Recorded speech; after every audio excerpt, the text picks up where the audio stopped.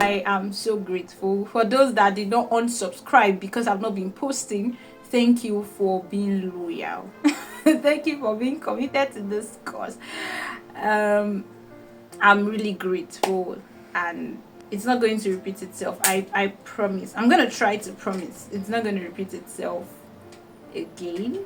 I am now here for real.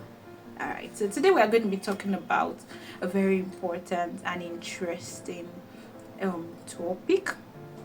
Okay, today I'm going to be talking about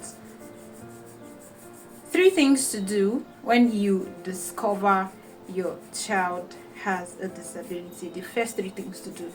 Yes, there are a lot of things to do when you just discover your child has a disability, or maybe you go to the hospital and the doctor breaks the news and say, oh, we are so sorry, but your child will not be able to see for the rest of his life, or we are so sorry, your child will not be able to walk for the rest of her life, or we're so sorry, your child cannot talk. You know, those kind of I'm so sorry, you know the way our doctors do. Instead of you shouting, crying, going to the pastor, because I've seen a lot of people that once they hear such a thing, they feel there might be an immediate solution, and the next thing they start carrying their children from one place to another, from one pastor to another, from one shrine to another, from one native center to another, one herbalist to another. You know, different people will start giving them different kind of advice. Why don't you use this agbo? Yeah, so sorry if you are a Nigerian like me, there's something we call agbo. It's like one of our local or traditional medicine. So you can start getting advices like, why don't you drink that agbo? There's one leaf I have. If you press the leaf inside the eye will start seeing.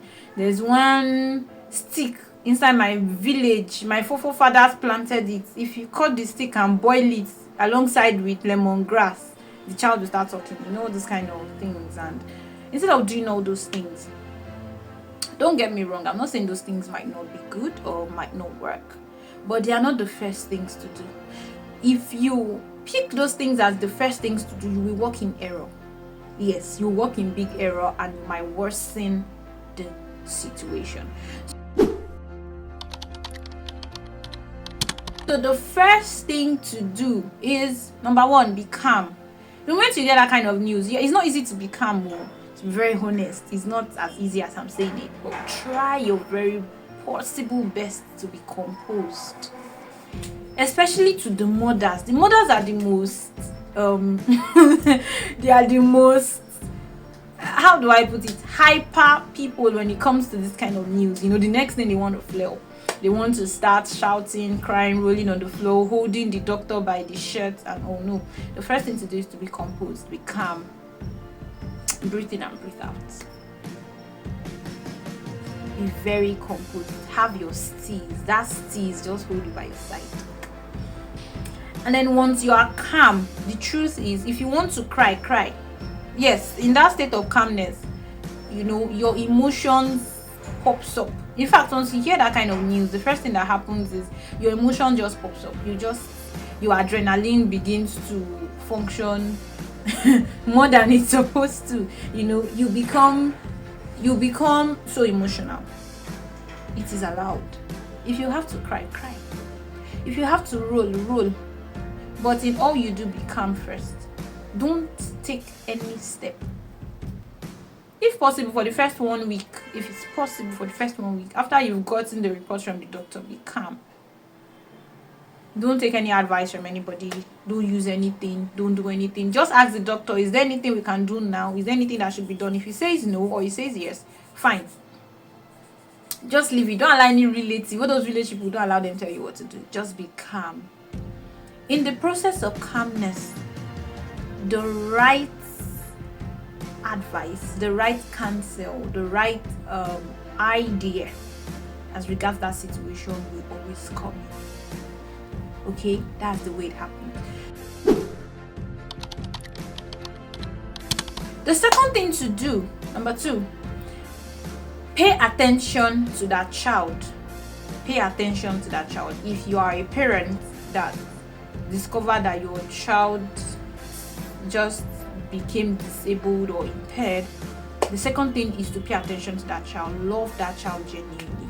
Show that child every necessary love and care that he or she deserves. It might not also be your child. It might be your sibling. It might be your spouse, whatsoever. It might even be your colleague at work. Okay? It might be your neighbor. It might be your friend. So pay attention to them. Show them love and support. Because at that time, they are also down. You are not the only one. You are not the only one in the boat. In fact, they are the main subject. So you pay attention to them, care for them, love them, don't discriminate. If you want to go out, you can take them along. If you want to serve them, I've heard some people say they don't eat in the same table with their family because they are persons with disability. No, it's wrong. You don't have to do all of that. There's no need for all of that. I've even heard some people say blindness is contagious. I've heard some people say dumbness and deafness is contagious, and I'm like, what? So there's no need for all of that. Love them, care for them, be intentional about them, about their well-being. That should be your second focus. I'm not saying you should pamper them. If you check my previous previous video, I talked about 10 things people think a person with disability cannot do, but yet they can do them. Okay, so you can go back and listen to that. You'll see that they are human beings like you are, but they need more support. So be intentional about them, care for them, love them genuinely. The way you've loved them before they got that disability, still love them that way. The way you would love yourself, love them, care for them. The third thing to do first, before you start attempting another option, is to find a sustainable plan for them. A sustainable plan, a sustainable lifestyle for them. That's the third thing. Look for a sustainable lifestyle for them. Start making inquiries on how they can fit into their new reality. Okay, and help them fit into their new reality. That's the third thing. So instead of going around looking for, I'm not saying pastors are fake. Please, disclaimer, me, I believe in divine healing. In fact, I am a product of divine healing. I believe in it strongly.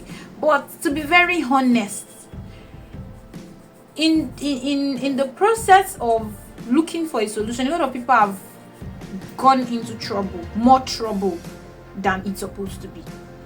So the first thing to do is not to look for miracle service. It's not to look for that herbalist. It's not to look for that imam, that afa. That's not it at all. I'm not trying to say they are wrong or they are bad. No, never. But what I'm trying to say is calmness is necessary, and you have to look for a way to fit them into their new reality first. Okay, so look for you can get a counselor for them, you can get a therapist for them, you can get someone to talk to them about their new reality and help them cope better. So now you have to work on their coping mechanism. Okay, you have to help them adapt, help them cope in their new reality. You should now start making inquiries of the kind of school, the kind of things they should do to help them meet up with the conventional lifestyle. For instance, if the person is blind, what you're supposed to do now is look for a school that the person can go for rehabilitation, or a counselor or a therapist. Then try to get or make inquiries on the aids the person needs. For instance, you have to start looking for a school that can accommodate that person. Secondly, you have to start looking for how the person can make use of his or her gadget. So you start making inquiries, get to learn about the talk back, get to learn about the JAWS, get to learn about all those things. Get to learn about Braille, reading and writing. Okay, so all these things will help the person cope better. You have to start learning to teach the person mobility, or if you can't teach the person, you get someone that can do that to help the person cope into their new reality. Okay, so if you've done these three things and you still feel you want miracle, you can now begin to trust God for the miracle. Any miracle outside the word of God does not work. I guarantee you it doesn't work.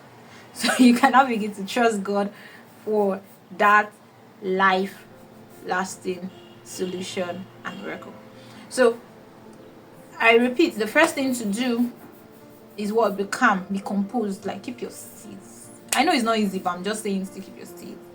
And I repeat, if you want to cry, cry. If you want to roll, roll. Okay?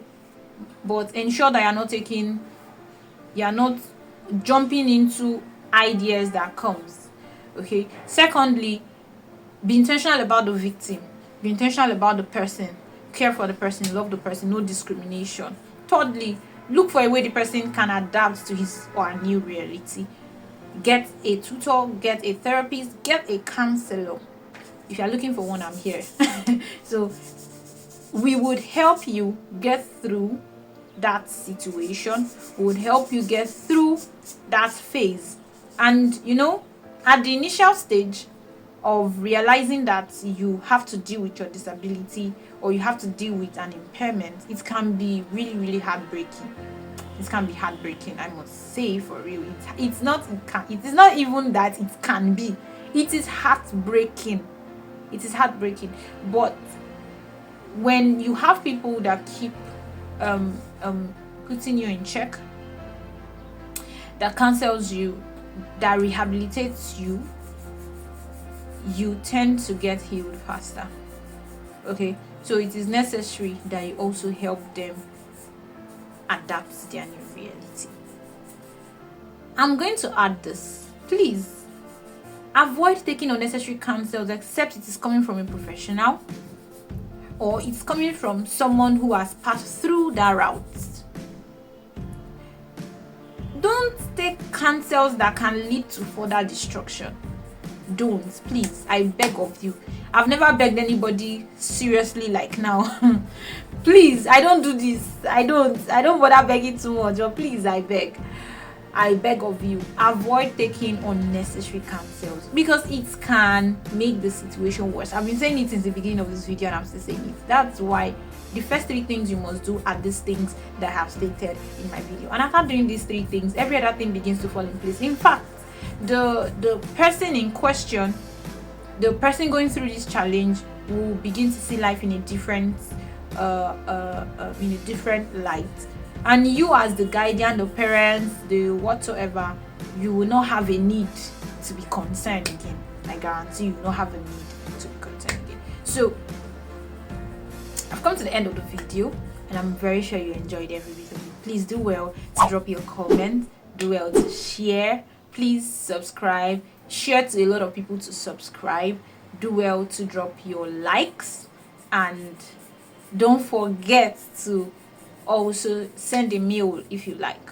You can send a mail, you can reach out to me directly and I'll be here to respond to you. And if you have any person going through one impairment, disability, whatsoever, probably the person just got to know that he or she would have to live with a particular condition for the rest of his or her life, you can feel free to reach out to me on any of my other social media or on the number on your screen, and I'll be here to counsel you. I'll be here to educate you and tell you what next to do. So instead of being confused and going around looking for solutions that might worsen situations, you can feel free to reach out to me and I'll be here to hear you and we'll walk through this new reality together. All right, thank you so much. See you in my next video. Bye for now.